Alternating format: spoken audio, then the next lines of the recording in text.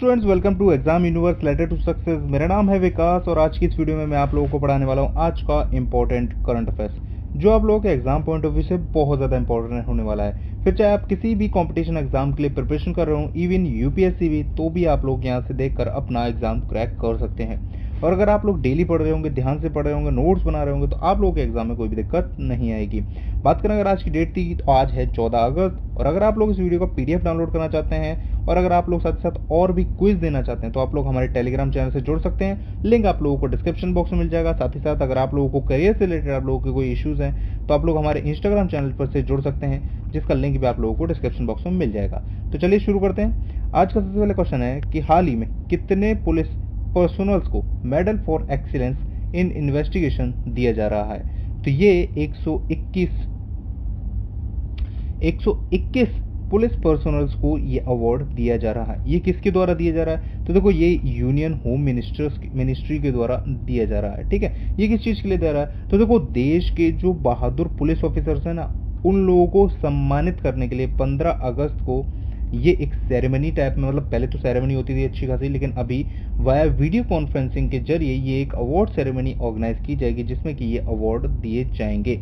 ठीक है, और इसमें किस किस को अवार्ड दिए जाएंगे? तो देखो, अपने अपने राज्य में जो पुलिस पर्सनल्स हैं, उन्होंने क्राइम में, ठीक है ना, और वहाँ पर स्थिति हैंडल करने में, अगर कोई दंगे फसाद होते हैं या कुछ भी होता है उन चीज़ों में, और वहाँ की स्थिति और सिचुएशन और शांति व्यवस्था बनाए रखने में कितनी ज़्यादा भूमिका निभाई है, उस चीज़ को ध्यान में रखते हुए ये अवार्ड दिया जा रहा है। और देश में ये सिर्फ 121 पुलिसकर्मियों को दिया जा रहा है। तो देखते कहाँ कहाँ के हैं वो पुलिस 121 पुलिसकर्मी।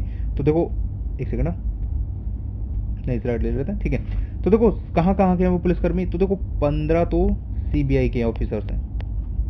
ठीक है, 10 एमपी पुलिस के ऑफिसर्स हैं। ठीक है, 8 यूपी पुलिस के ऑफिसर्स हैं, 10 महाराष्ट्र पुलिस के ऑफिसर्स हैं, 7 केरल पुलिस के ऑफिसर्स हैं। ठीक है, और 7 ले लें तो वेस्ट बंगाल के पुलिस ऑफिसर्स हैं। ठीक है, तो ये सारे के सारे मिलकर इन सबको ये अवार्ड दिया जा रहा है। साथ ही साथ देखो, 21 वुमेन पुलिस भी हैं जिनको ये अवार्ड दिया जा रहा है। ठीक है, तो ये चीज़ आप लोग याद रखिए, कितने पुलिसकर्मियों को मिला है? तो ये 121 पुलिसकर्मियों को मिला है। बढ़ते हैं अगले क्वेश्चन की तरफ। अगला है, ट्रैफिक सिग्नल्स पर महिला आइकन प्रदर्शित करने वाला भारत का पहला शहर कौन सा बन गया है? तो ये बन गया है, देखो, मुंबई।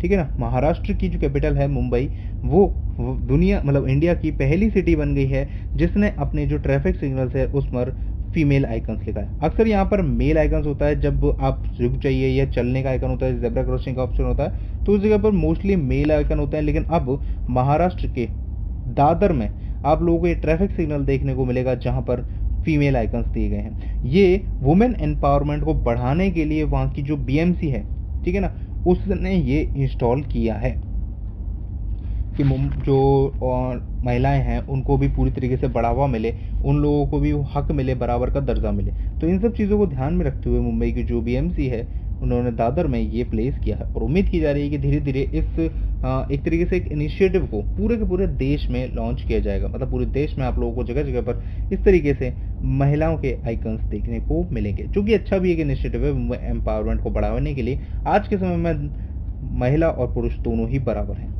बढ़ते हैं अगले क्वेश्चन की तरफ। किस एरोस्पेस कंपनी ने ऊपरी चरण के रॉकेट इंजन, यानी कि एक अपर स्टेक रॉकेट इंजन रमन का सफल परीक्षण किया है? तो ये स्काई रूट ने किया है। अब देखो, स्काई रूट देखकर आप लोग चौकित मत हो जाइएगा, ये एक इंडियन कंपनी है। ठीक है ना, पहली बात तो ये बता दूं आप लोगों को, ये एक इंडियन कंपनी है और ये एक प्राइवेट कंपनी है इंडिया की। देखो, 2000 अभी जो 20 था ना, जो चल रहा है, इसी में जून में भारत सरकार ने जो अंतरिक्ष में एक निजी कंपनी की जो भागीदारी है ना, उसको मंजूरी दे दी है, जिसके बाद निजी संस्थाओं के लिए, जो संस्थाएं होती है ना, उनके लिए ये बहुत आसान हो गया है यहाँ पर काम करना। जैसे कि आप लोगों को पता होगा कि नासा जो है, नासा हम यूएसए की एक स्पेस एजेंसी है जो कि गवर्नमेंट ऑथराइज्ड है, लेकिन साथ ही स्पेस एक्स भी है जो कि एक निजी कंपनी है एलन मस्क की। तो इसी तरीके से अब भारत में भी निजी कंपनियों को मंजूरी दे दी गई है और स्काई रूट ने एक अपर चरण के रॉकेट इंजन रमन का सक्सेसफुली परीक्षण किया है। इसके साथ ही ये कंपनी भारत की पहली ऐसी कंपनी बन गई है जिसने रॉकेट इंजन बनाने की क्षमता दिखाई है, और साथ ही साथ भारत की निजी फर्म भी बन गई है। ठीक है, और ये जो रॉकेट, देखो, कुछ इस तरीके का है, देखो ये। तो ये एक रॉकेट का इंजन है, ठीक है, जिसका परीक्षण किया गया है, ठीक है। और ये जो रॉकेट का इंजन है ये 3D प्रिंटेड है, जैसे आप लोगों को दिख भी रहा होगा, देखो अभी दिख रहा है ना, ये 3D प्रिंटेड है। और साथ ही साथ देखो इसका नाम जो है ना, आप लोगों ने देखा होगा कि रमन है। ये किसके नाम पर है? तो ये भारत के नोबेल पुरस्कार विजेता सीवी रमन के नाम पर ये नाम रखा गया है, ठीक है ना, सीवी रमन उनको, ठीक है ना, ये नोबेल पुरस्कार विजेता है और इनके नाम पर ये रखा गया है। और साथ ही देखो ये जो कंपनी ना, इसने बोला है कि ये जल्द ही अपना एक मिशन भी लॉन्च करने वाली है और अंतरिक्ष में 2021 तक ये कई सारे ऐसे मिशन लॉन्च करेगी। तो ये चीज भी आप लोग याद रखिएगा। किसने लॉन्च किया है ये? स्काईरूट। बढ़ते हैं अगले क्वेश्चन की तरफ। तो नेक्स्ट क्वेश्चन है कि हाल ही में ACJ जर्नलिज्म अवार्ड 2019 किसने जीता है? तो ये नितिन शेट्टी और शिव सहाय सिंह दोनों ने जीता है, यानी कि 1 और 2 बोथ, ये आंसर हो गया, ठीक है। अब ये अवार्ड होता क्या है, किस लिए दिया जाता है? तो देखो सबसे पहले हम जानते हैं ACJ, इसकी फुल फॉर्म क्या होती है? तो होती है एशियन कॉलेज ऑफ जर्नलिज्म, ठीक है। तो इसमें अवार्ड मिलता है और 2019 का जो अवार्ड है वो नितिन सेठी और शिव सहाय सिंह को दिया गया है, ठीक है। तो ये चीज आप लोग याद रखिएगा। साथ ही साथ उन्हें एक और अवार्ड दिया गया है कि इन्वेस्टिगेशन जर्नलिज्म का अवार्ड दिया गया है, जिसका नाम क्या है? KP Narayan Kumar memorial award. Sorry, इनको ये जो अवार्ड है ना, KP Narayan Kumar memorial award, ये सोशल इम्पैक्ट जर्नलिज्म के लिए दिया गया है। और ये जो ACJ जर्नलिज्म अवार्ड है ये इन्हें इन्वेस्टिगेशन जर्नलिज्म के लिए दिया गया है, ठीक है। तो ये चीज आप लोग याद रखिएगा।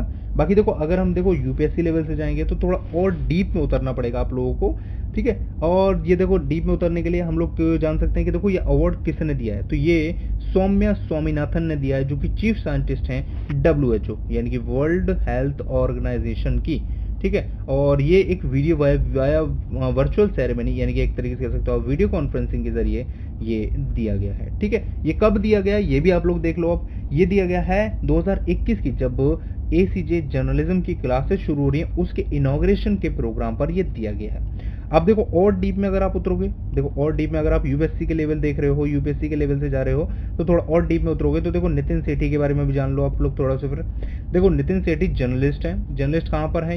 ये हफिंगटन पोस्ट में, हफिंगटन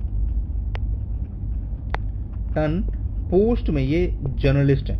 और ये एक, ठीक है ना, जर्नलिस्ट हैं। और इनको साथ ही साथ देखो अवार्ड भी मिल चुका है। इन्होंने एक सीरीज लिखी थी 6 पार्ट की, जिसका नाम था पैसा पॉलिटिक्स, उसके लिए इन्हें अवार्ड भी मिला था, जो कि इन्हीं की जो प्रेस है उसमें पब्लिश की गई थी हफिंगटन पोस्ट में, ठीक है। बाकी देखो शिव सहाय अगर सिंह के बारे में बात करोगे तो देखो ये भी एक जर्नलिस्ट है। ये किसमें? द हिंदू न्यूज़पेपर में जर्नलिस्ट है, ठीक है। द हिंदू में ये जर्नलिस्ट हैं और इन्हें भी अवार्ड मिल चुका है। इनकी एक शॉर्ट स्टोरी है जिसका नाम था death by digital exclusion on faculty public distribution system in Jharkhand, ठीक है ना। तो इस चीज के लिए इन्हें अवार्ड भी मिल चुका है और ये जो इनके खुद के प्रेस ने पब्लिश की थी द हिंदू ने, ठीक है। तो देखो इससे भी और ज्यादा डीप में जाना पड़ेगा आप लोगों को अगर आप UPSC के लेवल चाहते हो। देखो अगर आप UPSC के लेवल चाहते हो तो मैं आप लोगों को और डीप में करंट अफेयर पढ़ा दिया करूंगा अलग से। इसके साथ नहीं, ये आप लोगों के लिए बाकी सब SSC हुआ, बैंक हुआ, रेलवे हुआ, उन सब के लिए बहुत ज़्यादा ज़रूरी है। इसके लिए भी ज़रूरी है अगर आप UPSC अगर PCS वगैरह स्टेट PCS वगैरह पढ़ रहे हो तो। लेकिन आप लोगों के लिए और ज़्यादा डीप में उतरने के लिए देखो इसमें अगर मैं और ज़्यादा डीप पढ़ाऊंगा तो बाकी बच्चों के लिए वो थोड़ा सा ज़्यादा हो जाएगा, ठीक है। और अगर आप लोग अलग से चाहते हो कि मैं अलग से आप लोगों के लिए UPSC का करंट अफेयर डेली पढ़ाया करूँ तो आप लोग कमेंट करके जरूर बताइएगा, ठीक है। बाकी देखो बात करें अगर ACJW के हेडक्वार्टर की तो वो चेन्नई में है, तमिलनाडु। और अगर चेयरपर्सन की बात करें तो वो हैं शशि कुमार, ठीक है। तो ये चीज आप लोग याद रखिएगा। बढ़ते हैं अगले क्वेश्चन की तरफ। अगला है कि स्वतंत्रता दिवस को चिन्हित करने के लिए किस विभाग ने स्वच्छता सप्ताह की घोषणा की है? तो ये रेलवेज ने की है। भारतीय रेलवे ने 10 अगस्त से एक स्वच्छता सप्ताह की घोषणा की है, जिसके अंतर्गत स्पेशल क्लीननेस ड्राइव का मिशन चलाया जाएगा, जहां पर हर एक जगह पर सफाई की जाएगी। फिर चाहे वो रेलवे के कंपार्टमेंट हो, स्टेशन हो, या फिर कॉलोनीज हो, वर्क साइट्स हो, अगर जो स्टेशन के किनारे हों, या फिर अगर हम बात करें जो रेलवे के पास में आसपास जो प्रेमिसेस है ना वो हो, ठीक है ना। और साथ ही साथ किस चीज पर सबसे ज्यादा ध्यान रखा जाएगा? तो ये रखा जाएगा प्लास्टिक के ऊपर। प्लास्टिक बिल्कुल भी मतलब दिखाई नहीं देनी चाहिए, पूरी तरीके से प्लास्टिक को कवर अप किया जाए। मतलब कवर अप से मतलब ये है कि वहाँ से उठा दिया जाए, फेंक दिया जाए, अलग कर दिया जाए, बिल्कुल ही मतलब पॉल्यूशन फ्री बनाना चाहते हैं भारतीय रेलवे को। तो देखो ये एक ऐसा एम है जो हम सभी भारतीयों को अपनाना चाहिए, सभी लोगों को ये एम करना चाहिए। तो ये चीज़ अभी इंडियन रेलवे ने शुरू की। साथ ही साथ उन लोगों ने ये भी कहा है कि वो ये जो यात्री है ना, जो सफ़र करते हैं, उन लोगों से को भी समझाएंगे, उन लोगों को भी स्वच्छता का महत्व समझाएंगे। साथ साथ उनसे भी कहेंगे कि रेलवे के डिब्बों हो, स्टेशन हो या फिर अपना घर हो, हर जगह आप लोग साफ सुथरी रखिए, ठीक है। तो ये चीज़ आप लोग याद रखिएगा कि ये स्वच्छता सप्ताह किसने अनाउंस किया, तो ये भारतीय रेलवे यानी इंडियन रेलवे ने अनाउंस किया है, ठीक है। बाकी देखो रेलवे के बारे में आप लोगों को रिसेंट में एक पढ़ाया था कि एक डबल डेकर इलेक्ट्रिक टनल बनाई जा रही है। ये कहाँ पर बनाई जा रही है, ये हरियाणा के अरावली हिल्स को काट कर बनाई जा रही है, ठीक है ना। और साथ साथ एक रेलवे का मिशन है खुद को इलेक्ट्रीफाइड करना। ये कब तक पूरा होगा, ये 2030 तक पूरा होगा, ठीक है। साथ ही साथ मैंने आप लोगों को हाल ही बताया था कि रेलवे ने बांग्लादेश को 10 ब्रॉड गेज इंजन दिए हैं व्यापार करने के लिए, वहाँ की जो रेलवे की समस्या है उनको सॉल्व करने के लिए। और डीप में जाना चाहते हो तो देखो कुछ दिन पहले ही मैंने आप लोगों को पढ़ाया था। अगर आप डेली पढ़ रहे हो तो ठीक है, नहीं पढ़ रहे हो तो आप लोग जाकर प्लेलिस्ट में देख सकते हो, आप लोगों को वहाँ पर ये चीज़ मिल जाएगी। बढ़ते हैं अगले क्वेश्चन की तरफ। तो हाल ही में जारी फोर्ब्स मैगजीन में सबसे ज़्यादा कमाई करने वाले एक्टर्स की लिस्ट में टॉप 10 में एकमात्र भारतीय कलाकार कौन से हैं, तो ये हैं अक्षय कुमार, ठीक है ना।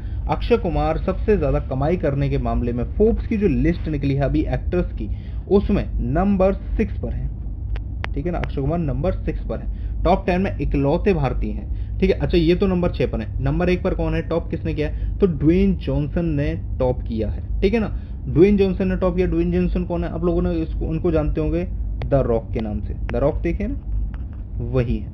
तो द रॉक ही ड्वेन जॉनसन उनका असली नाम है, और ये एक रेसलर थे, उसके बाद ये मूवी स्टार बन गए हैं, ठीक है। तो आप में से बहुत सारे लोग जानते होंगे, ठीक है। और अक्षय कुमार टॉप 10 में नंबर 6 पर है, ठीक है। इनकी इनकम कितनी है, नेटवर्थ ये भी याद रख लो। तो देखो 48.5 मिलियन USD यानी मिलियन डॉलर के लो, ठीक है ना। ये है इनकी एक साल की नेटवर्थ इनकम जो 2020 की है। और ये जो आंकड़ा है ना वो 1 जून 2019 से, देखो 1 जून 2019 से मई 2020 तक काउंट किया गया है, ठीक है ना। तो इस तरीके से 1 जून से 1 जून तक काउंट किया गया है, ठीक है ना, 2020 तक। और उसमें ये 6 नंबर पर आए हैं। अच्छा देखो ये तो चलो 6 नंबर पर आए, बाकी के भी नाम जान लेते हैं कि पहले, दूसरे, तीसरे, चौथे, पांचवें पर कौन आया। 1 नंबर पर मैं आप लोगों को बता चुका हूँ, देखो ड्वेन जॉनसन आए हैं। नंबर 2 पर कौन है, रेयान रेनोल्ड्स, ठीक है। नंबर 3 पर कौन है, मार्क वहेलबर्ग, ठीक है ना। नंबर 4 पर कौन है, बेन अफ्लेक। नंबर 5 पर कौन है, विन डीजल। नंबर 6 पर कौन है, अक्षय कुमार। ये मैंने आप लोगों को पढ़ा दिया। तो देखो इतनी आप लोग याद मत रखिएगा, लेकिन आप लोग अगर यूपीएससी के एस्पायरेंट्स हैं तो आप लोगों को सारे याद होने चाहिए। लेकिन अगर आप एसएससी, रेलवे, बैंक्स की तैयारी कर रहे हैं तो आप लोग नंबर 1 याद रखो, नंबर 6 याद रखो। नंबर 6 एकमात्र भारतीय इसीलिए, ठीक है। बढ़ते हैं अगले क्वेश्चन की तरफ। अगला है कि हाल ही में किसे ICRIER के नए चेयरमैन के रूप में चुना गया है, तो ये प्रमोद भसीन को चुना गया है। प्रमोद भसीन अब यहाँ पर चेयरमैन के रूप में कार्य करने वाले हैं, ठीक है ना। अब देखो ICRIER ये क्या चीज़ है, आप लोगों को बड़ा अजीब सा लग रहा होगा। ICRIER ये आखिरकार है क्या, इसकी फुल फॉर्म क्या है। तो देखो इसकी जो फुल फॉर्म है वो है Indian council for research on international economic relation. एक बार और सुन लो, Indian council for research on international economic relations, ठीक है। तो एक तरीके से आप लोगों को अगर सिंपल भाषा में बताऊं तो भारत जो और देशों की अर्थव्यवस्थाओं, मतलब अर्थव्यवस्था जो और देशों की चल रही है, भारत की अर्थव्यवस्था में फर्क है, तो इन सब चीज़ों पर रिसर्च करने के लिए एक टीम होती है, उसके लिए है ये। फिर उसकी दिशा में ही भारत व्यापार की दिशा में कदम बढ़ाता है कि इस देश से व्यापार किया जाए, इस देश से नहीं कर सकते, अगर इसकी इकोनॉमी अच्छी नहीं है, इसकी इकोनॉमी खराब है, या अपनी इकोनॉमी कैसी है, तो उन सब चीज़ों को जो देखती है वो यही देखती है। तो ये चीज़ है जो आप लोगों को याद रखनी है। और इसके अब नए चेयरमैन बनाया गया प्रमोद भसीन। प्रमोद भसीन इससे पहले यहीं के वाइस चेयरमैन थे ICRIER के, ठीक है ना। और ये अभी रिप्लेस किसको कर रहे हैं, ये ईशर जज आलूवालिया जी को कर रहे हैं। ये एक लेडी हैं जो अपनी हेल्थ इश्यूज की वजह से पद से हट रही हैं, ठीक है ना। ये इस पद पर 15 साल से भी ज्यादा से काम कर रही थी और अभी हेल्थ इश्यूज की वजह से ये पद से हट रही हैं। बाकी देखो इसका हेडक्वार्टर अगर हम देखें तो हेडक्वार्टर न्यू दिल्ली में, और इसके जो डायरेक्टर और चीफ हैं वो हैं डॉक्टर रजत कठूरिया। बढ़ते हैं क्वेश्चन की तरफ। तो देखो ये हैं प्रमोद भसीन, और साथ ही साथ ये जेनपेक्ट आप लोगों ने देखा होगा ना, जेनपैक्ट का नाम सुना होगा, कंपनी है एक एमएनसी, उसके प्रेसिडेंट और सीईओ भी रह चुके हैं। बढ़ते हैं अगले क्वेश्चन की तरफ। अगला है कि किस संगठन ने भारत @75 शिखर सम्मेलन मिशन 2022 आयोजित किया? तो ये सीआईआई ने किया है। सीआईआई क्या है? सीआईआई क्या है आप लोगों को बताऊं, कॉन्फेडरेशन ऑफ इंडियन इंडस्ट्रीज, ठीक है ना। तो ये सीआईआई है और उसने एक वीडियो कॉन्फ्रेंसिंग के जरिए भारत @75 शिखर सम्मेलन मिशन 2022 आयोजित किया है, जिसको कि एड्रेस किसने किया? हमारे जो नितिन गडकरी जी हैं, यूनियन केंद्रीय मिनिस्टर हैं, उन्होंने इस चीज़ को एड्रेस किया है, ठीक है ना। उन्होंने इस चीज़ को हेड किया है और ये एक मिशन है जो कि भारत को 2022 के लिए देखा गया है, उसके तहत ये एक ऑर्गेनाइज किया गया है, ठीक है। तो ये चीज़ आप लोग याद रखिएगा। साथ ही साथ देखो, मैंने आप लोगों को हाल ही में पढ़ाया था कि सीआईआई ने एक आइसोलेशन बेड्स की भी खोज की है, या फिर मैं कहूँ आइसोलेशन के लिए एक हॉस्पिटल टाइप में छोटा हॉस्पिटल बनाए हैं, जिसका नाम क्या था? आश्रय, क्वारंटाइन रहने के लिए लोगों के लिए। तो ये चीज़ भी आप लोगों को ज़रूरी है। बाकी देखो, पुरानी चीज़ें भी आप लोग रिवाइज करते रहोगे तो ज़्यादा अच्छा रहता है। ये है नितिन गडकरी। अगला है, किस बैंक ने चेक धोखाधड़ी रोकने के लिए पॉजिटिव पे सुविधा की घोषणा की है? तो ये आरबीआई यानी कि रिजर्व बैंक ऑफ इंडिया ने अनाउंस की है। ये जो फैसिलिटी है पॉजिटिव पे, ये 50,000 और उससे जो अबव के चेक्स होंगे ना, उस पर होगी। देखो होगा क्या, देखो पॉजिटिव पे के तहत आप लोगों की जो डिटेल्स हैं, जैसे अगर मैं एक कंपनी हूँ और मैंने अगर चेक इशू किया है, तो मेरी जो डिटेल्स होंगी वो बैंक के पास ऑलरेडी होंगी। सिर्फ साइन ही नहीं, बाकी और भी डिटेल्स होंगी जिनको चेक से मैच किया जाएगा। मैं अगर किसी को चेक काट के दूंगा तो कोई और अगर कैश कराने गया है तो उसकी काफ़ी सारी डिटेल्स और मेरी काफ़ी सारी डिटेल्स मैच की जाएंगी। अगर मैच करती हैं तो वो दिया जाएगा, वरना जो चेक है वो वापस लौट दिया जाएगा और उस पर धोखाधड़ी का केस भी किया जा सकता है, ठीक है ना। तो ये चीज़ किसने की है? रिजर्व बैंक ऑफ इंडिया ने की है। रिजर्व बैंक ऑफ इंडिया की स्थापना कब हुई? ये आप लोगों को जरूर पता होना चाहिए। 1935 में, 1 अप्रैल 1935 में स्थापना हुई। कहाँ पर? कोलकाता में, ठीक है। इसके इस समय पर गवर्नर कौन है? गवर्नर है शक्तिकांता दास और हेडक्वार्टर कहाँ पर है? मुंबई में है। तो ये चीज़ आप लोग याद रखिएगा। बढ़ते हैं अगले क्वेश्चन की तरफ। अगला है, सेल के अगले अध्यक्ष के रूप में किसे चुना गया है? तो ये सोमा मंडल को चुना गया है। सोमा मंडल सेल यानी कि steel authority of India limited, इसकी अगली चेयरमैन चुनी गई है, ठीक है। तो ये चीज़ आप लोग याद रखिएगा। ओके, सेल के बारे में अगर मैं बात करूँ तो देखो, सेल का जो फाउंडेशन है वो काफ़ी पुराना है। सेल का फाउंडेशन है लगभग 1974 का। और सेल देखो साथ ही साथ करती क्या है, देखो जो गवर्नमेंट ऑफ इंडिया है ना, इसके साथ मिलकर ये स्टील की मतलब पूरी तरीके से एक जो डिपार्टमेंट है उसको संभालती है। भारत का स्टील का लेन देन वगैरह इन चीज़ों को संभालती है, जिसका टर्नओवर 2019 की अगर हम बात करें तो 66,267 करोड़ रुपए करीब था।